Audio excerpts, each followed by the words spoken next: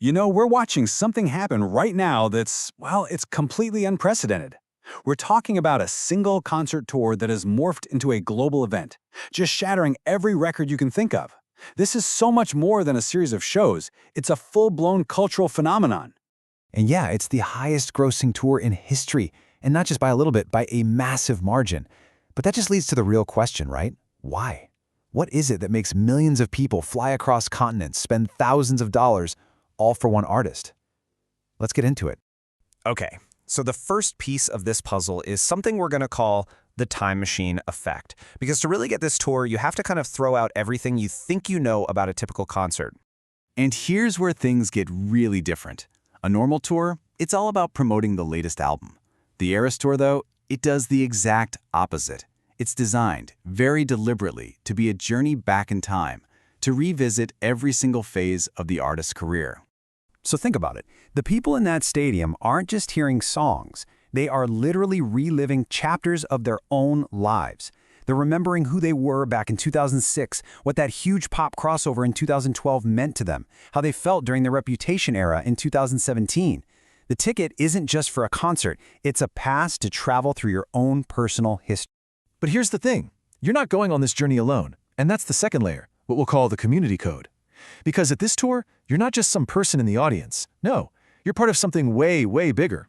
The second you walk in, you're part of this massive community with its own rituals. You're trading friendship bracelets with complete strangers, you're seeing thousands of people wearing outfits that are dedicated to specific eras, and you're singing along with a crowd where every single person knows every single word.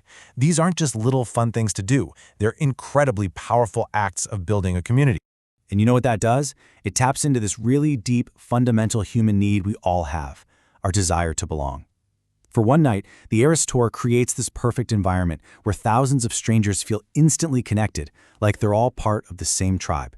It's an incredible piece of social engineering. So you've got this amazing community, but what's it all built on? Well, it goes even deeper. It's a shared story that's been playing out for more than a decade, and it creates what we can call the loyalty loop. I mean, think about the story arc here. From a country teenager to a global pop icon to this absolute business powerhouse. But the real key is that the fans didn't just sit back and watch this happen. They feel like they grew up with her. And what that all adds up to is this profound emotional investment.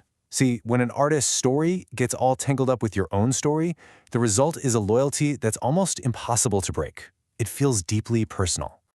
Okay, so you have all these deep emotional drivers, but now let's layer on a powerful psychological trigger on top of all that, the scarcity engine.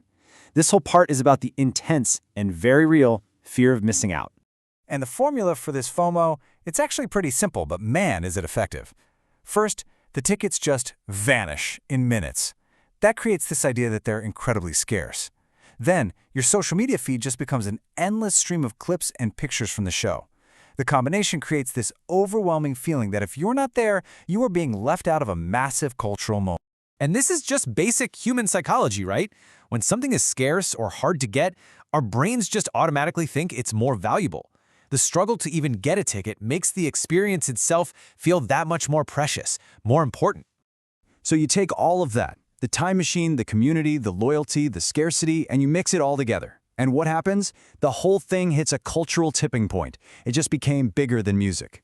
And when we talk about the scale of the impact, I mean, it's just staggering.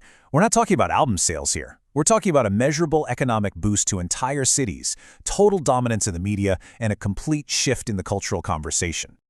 I mean, get this. The evidence is almost unbelievable. This tour has actually boosted the economies of entire countries. It has literally generated seismic activity, like earthquakes, from the force of the crowds dancing.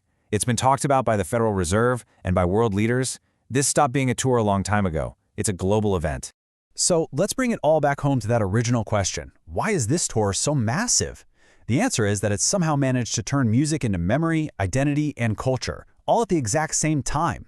It's that incredibly rare sweet spot where personal nostalgia, a feeling of belonging, and massive cultural relevance all meet. A time machine, a community, a loyalty loop, and a scarcity engine. Turns out, that's the recipe, the anatomy of a phenomenon.